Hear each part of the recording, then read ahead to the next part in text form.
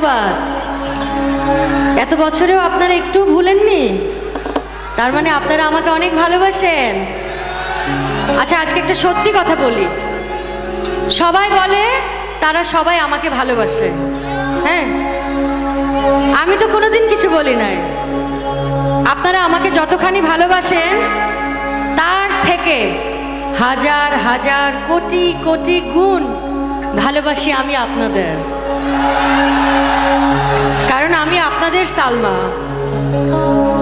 মোহরে মোহরি